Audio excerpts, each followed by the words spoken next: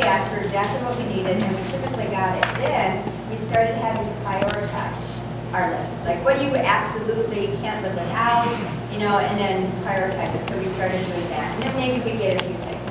And then we'd still do that, and then we'd say, well, we can only give you the top one. And then now, today, and we were talking about this in the copy room this today, we are ashamed to even dare to ask.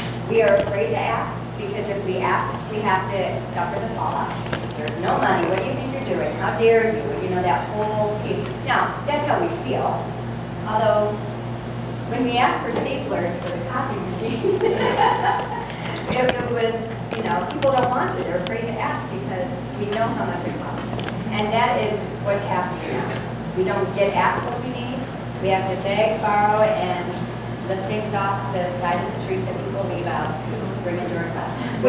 Teachers are buying it all now. We have to send home supply lists that are this long. And that's why parents, yeah, that's what we have. Yes, I had a parent who came up to me in Walmart because I was looking at the school supplies that I'm not even in the classroom any longer, and I still buy those supplies. And she said, excuse me, can you maybe help me? I said, sure, what? And she showed me her paper, and she said, can you tell me what this is?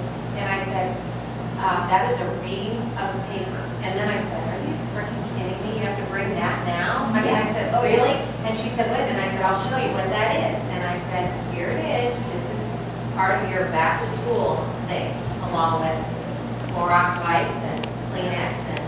And I will say, in the past, a lot of the miscellaneous expenditures that you can't pull out of M&O, we've dealt with by pulling out of capital funds. And I've been in those meetings in the district when you're talking about how since basically 2008, capital funds have been depleted by about 22% on average each year since 2008. Add that up. Last year was the only year that was different, and I wonder what could it happened? What could it be?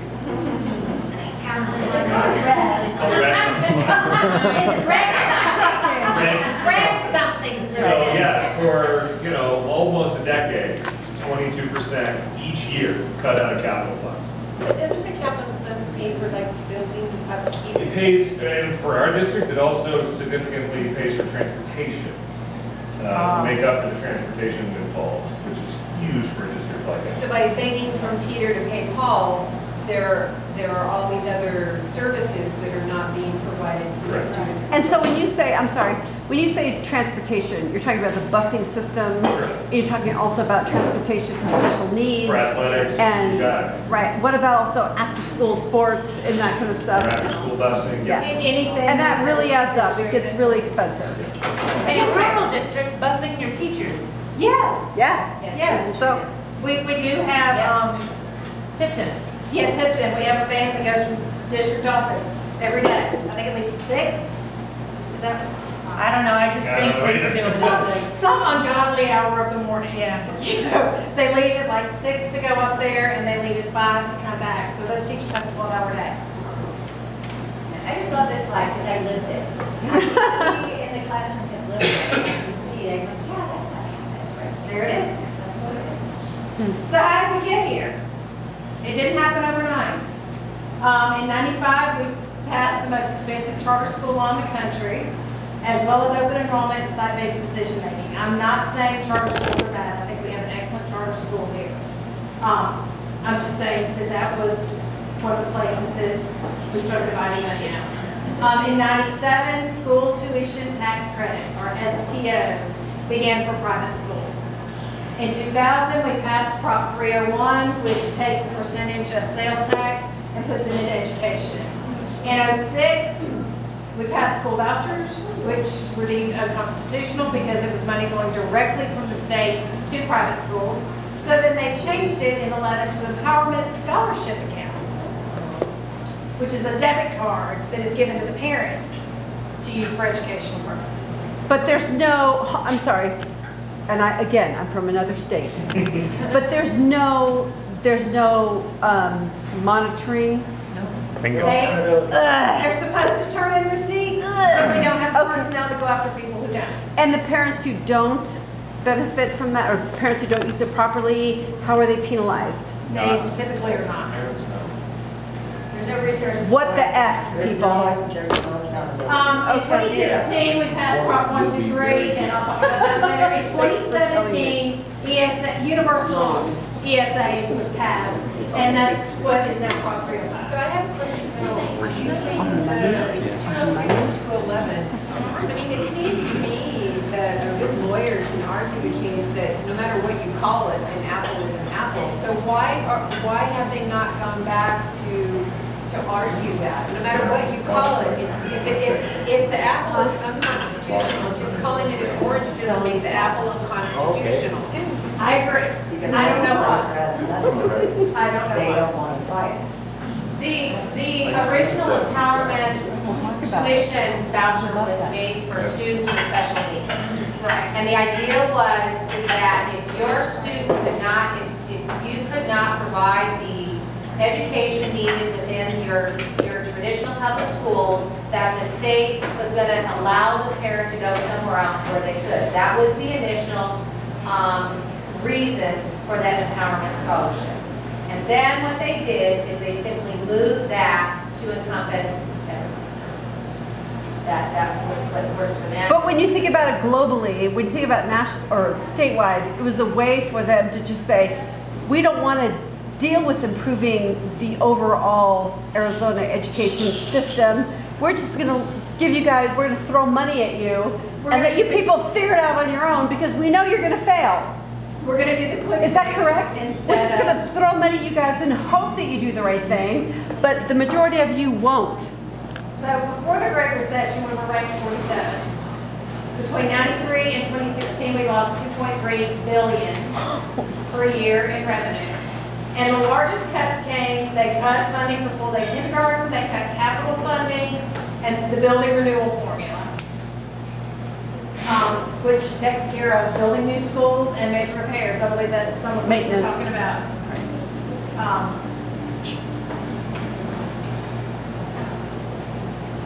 So, you know, the recession hit everybody, but the recession's over. And our funding has not been restored. How did we get here? Prop 301 was passed in 2000. You know what that is. And Prop 301 was renewed this year by the legislature. The difference between what was voted in and what was renewed by the legislature is that since the legislature renewed it, the legislature now has control of it. It is no longer voter protected. Yes. What's the effect of the Trump tax thing that he passed last? I don't know that it's had any direct effect on our state revenues and how things are distributed. So basically what that means is the money is there, but Arizonians, I don't know. Is Our it legislature. Okay, I'm sorry. Yeah. Again, I'm new. Don't have the power to choose where that money goes. Well, we do, we just don't use it. Okay, and because, How did we get here? The Prop 123 lawsuit settlement. Look at my notes here, I want to make sure I get this right. So the state failed to follow 301. When the recession hit, they pulled 301 money from the schools, which was illegal because it's voter protected. So the state was sued by, I believe it was AEA and Arizona School Boards Association to put that money back into the schools and to pay back what they had taken. Well, what they did was they took our land trust money, which is the savings account for the school system that was given to us when we became a state, and said, okay, we'll give you 70 cents on the dollar out of your savings account to pay you back from the money that we didn't give you out of the general fund. That's what 123, that's what the settlement of the Prop 123 lawsuit was. and are you not pissed off? I mean, think I'm about not it. supposed to say how mad I am. But I can, because I'm just like a random citizen here sitting in the room. So basically, education savings account paid the legislature's debt to themselves. It's like if I went to Dave and said, I owe you $10, but I'm gonna go into your savings account and take out 7 and give it to you, and we're gonna call it even. Yeah, good luck in my savings account. I'm pretty sure the federal government is doing that right now. So this is where our funding was before the recession cuts. This is what has been restored. This is what's left that has not been restored. There's 1.2 billion, is that what I'm saying? That's what you're saying. In K through 12. Okay, We need to send this to Ducey because he did not say that when he was talking to us. This is not his map. Oh, but then wouldn't that be labeled as a hostile leftist yes. something or other? Democrats. I believe it's radical hate group. Yeah, radical hate group. But not from a candidate and a constituent. Yeah. So, I mean, until about 6 months ago, I couldn't even think in millions and millions of dollars. I mean, this just blows my mind. I mean, we're talking 20s in my house. Right. You know?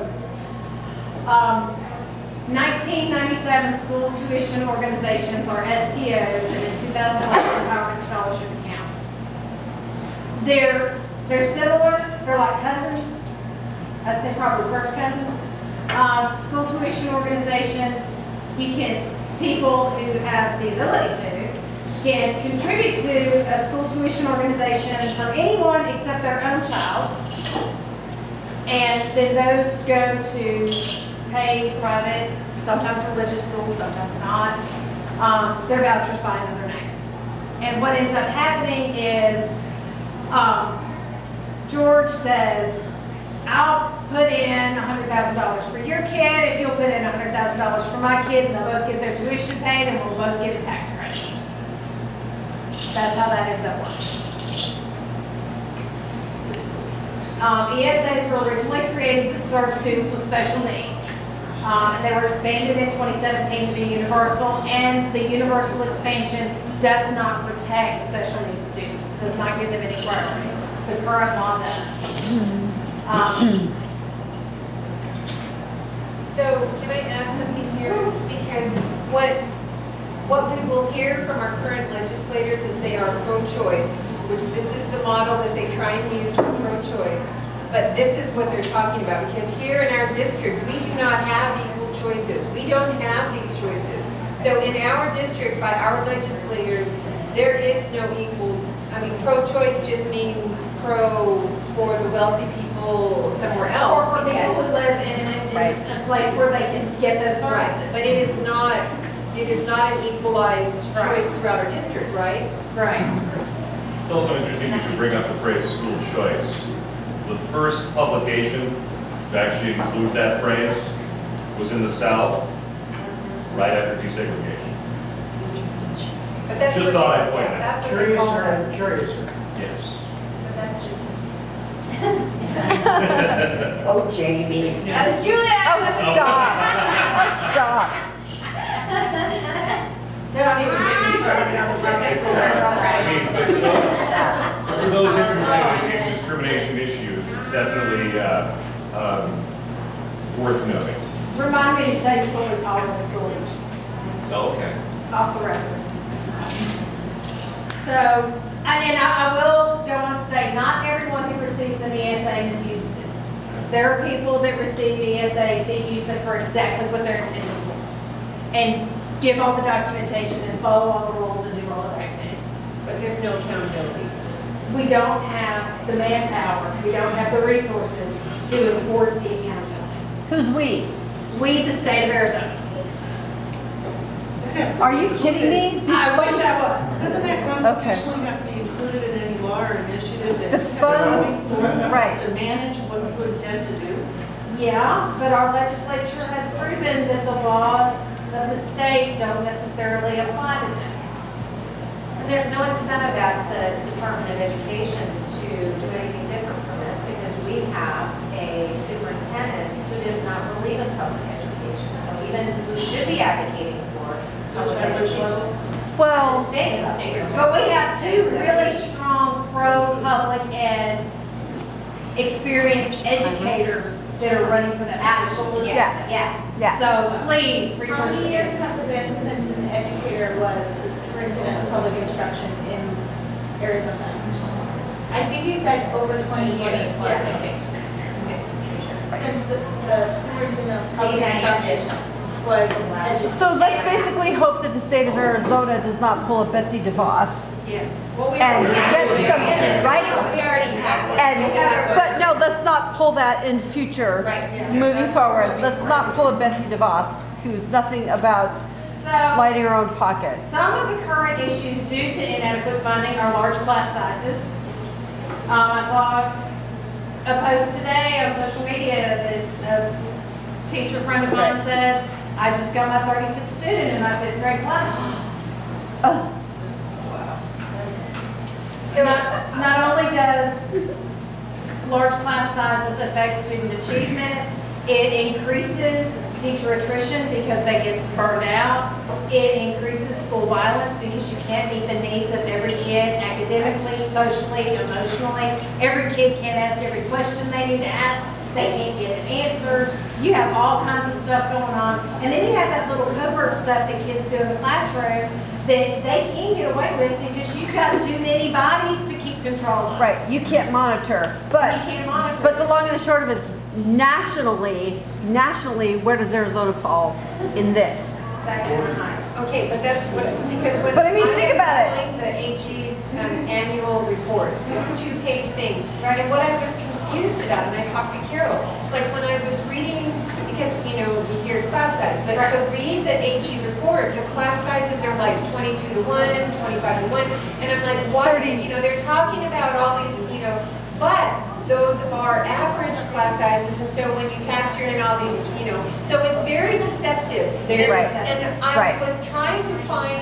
statistics that would actually give me an accurate reflection of what the average class size is. But it's hard to find something that's gonna normalize you against every other state and every other district to try to find a good, accommodation I to where that relates They to. will manipulate the data. Do you know what I'm saying? It's hard to find that right balance of, making comparisons, where am I based on everybody else? They will manipulate data. And that's what. Exactly. It is. And the state of Mississippi has caps on teacher load. Teacher-student ratio and, If you have a kindergarten class with just a teacher and no assistant, you can have no more than 22, period. Secondary teachers can have no more than 150 students, period. And we have, And I do not ever want to be in a classroom full of junior high school students by myself, just so you know. I've raised them and I don't want to be there. 35 grade levels, I think your cap is 28. But what they don't realize is to get into, let's say you have 4 fifth grade teachers, and the cap is 28. They will not hire a fourth grade teacher until the amount of students over your 28 for all 4 of you equal 28 to grading another.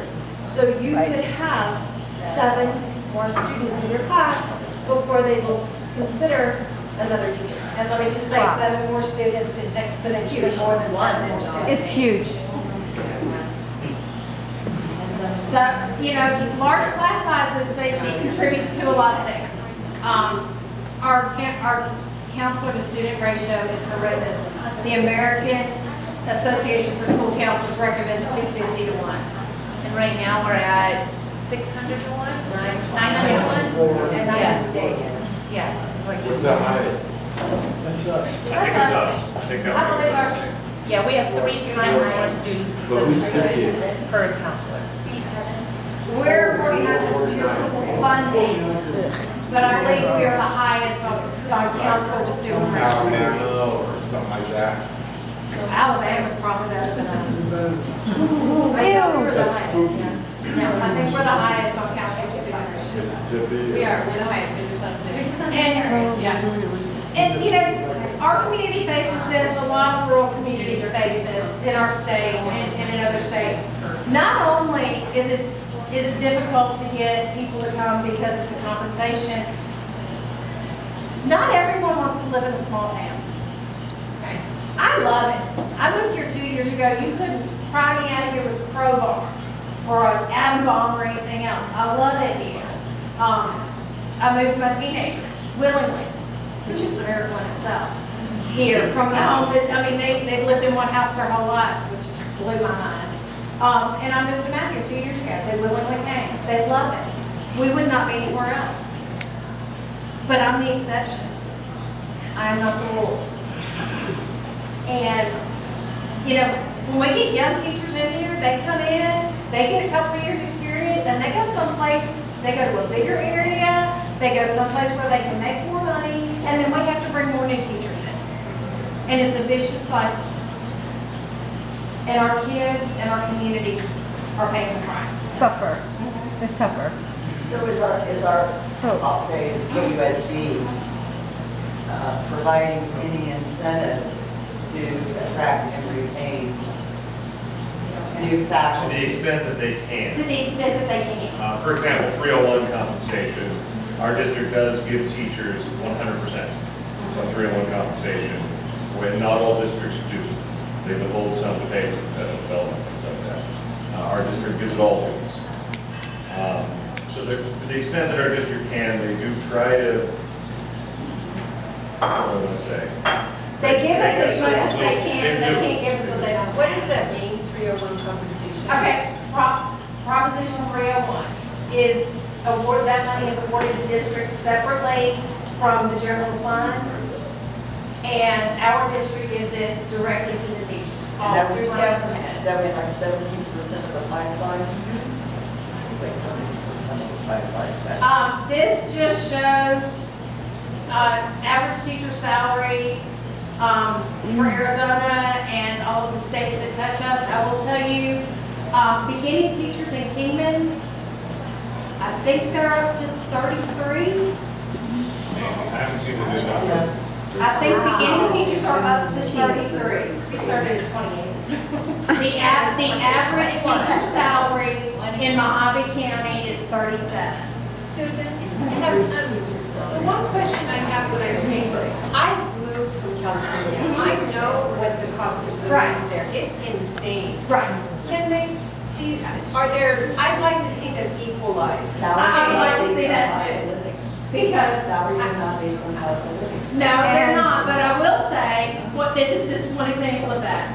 When you look at just straight dollars, Hawaii's like right in the middle, right in the middle of the pack. When you adjust it for cost of living, Hawaii's 51st. Right. Because the cost of living is so But high. you know what, I've listened to that for years about, well, you know, our cost of living is lower. Well, you know what, I figure, okay, let's say I'm paying $700.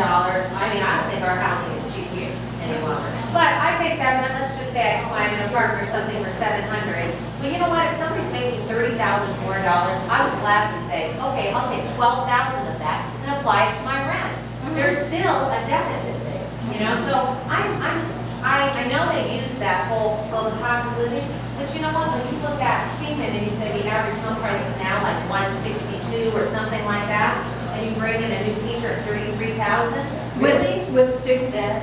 Yeah, And it's student debt, thank you. Amazing article a little while back that broke down the teacher pay and the cost of living, and it was averages, and it was even lower than cost of living would be, and it showed that it was not.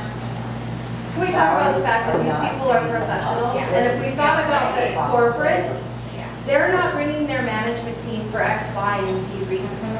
These are professionals who no other professionals are sitting here. But my salary versus cost of living, no, I am a professional, I have the education, therefore I deserve to be paid and compensated for my being a professional, no matter where I live. Right, yeah, absolutely. And I will say, I just read, again, I didn't see if it was linked to a study or not, but I just read in a sort of, what do I want to say, not a journal. Are you a teacher? Common brag. I'm not a journalist. Not a journalist. Well, but any of you who do know me know how my memory works, so that should cover that. But they were talking about this issue of not cost of living, what the hell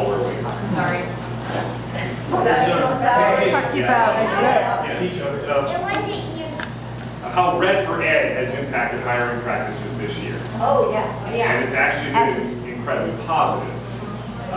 For the first time in, I think, like 8 years, 7 years, Arizona has actually seen an increase in applicants. Wow. Yeah, I Not saw this necessarily because of the raise, but because But, yeah, I don't think it's Red for like- Ed. Because there's hope. Yes. There's hope. And the community's responding. Right. I had the privilege of going into some of the Eastern Bloc countries in Europe in '91, which was like less than 2 years after the wall came down. And the biggest thing that the locals told us, you know, they're like, our pipes are still crappy. Our trains are still 60 years old. You know, all this, but we have hope. We took a tour in Prague, Czechoslovakia, and our tour guide said, my daughter's a film major. And for the first time, she said, we saved up money over the last year and we bought a VCR. And they were so excited. Hope is a huge, huge thing that we haven't had in education, and we haven't right now. Some of the teacher shortages, issues due to the inadequate funding. We had 2,000 open positions. 4,386 positions filled by long-term substitutes. And I'm not saying all long-term substitutes are bad, but to have to do that instead of having a permanent teacher, 23% of our teaching force can retire in the next few years. 60,000 K-12 teaching positions with 90,000 certified teachers. We do not have a teacher shortage. We have plenty of certified teachers in the state of Arizona. We have people who can't afford to stay in the profession because they can't feed their families. Susan, is it true that all the teachers But- walked out back there? I do not know. I do not know. I heard that rumor. Yeah. Yeah, it is true. They What was that? I'm sorry, can They you repeat resigned. that? Did not walk out, they resigned. They resigned. I meant the Red for Ed. No, I mean employment. They resigned. They tendered They didn't their want the support. Was there a poll taken on why they resigned?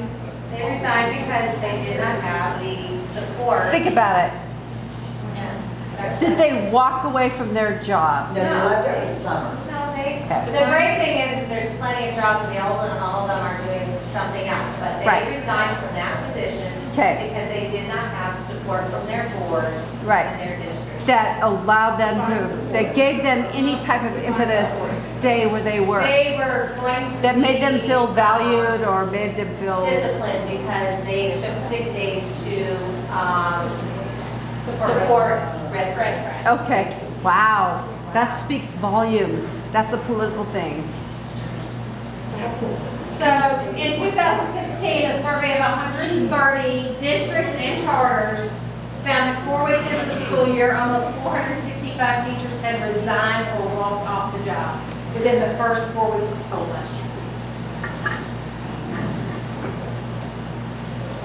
How many is that? So that was before Red for Ed. Yes, that was before Red for Ed, 465. Well, I know, I had a friend who moved here from Las Vegas. Her retirement plan was to teach here in the Kingdom School District. Uh-huh. When she left, she moved to another state. She said that the lack of support that was provided by the schools, because For they're her. so overwhelmed. I mean, you know, I don't mean that, but she said that it was not worth the amount of stress that was loaded on the teachers because of the lack of support from the schools, because the schools are overwhelmed, because, you know, on and on it goes. But So Susan, can I clarify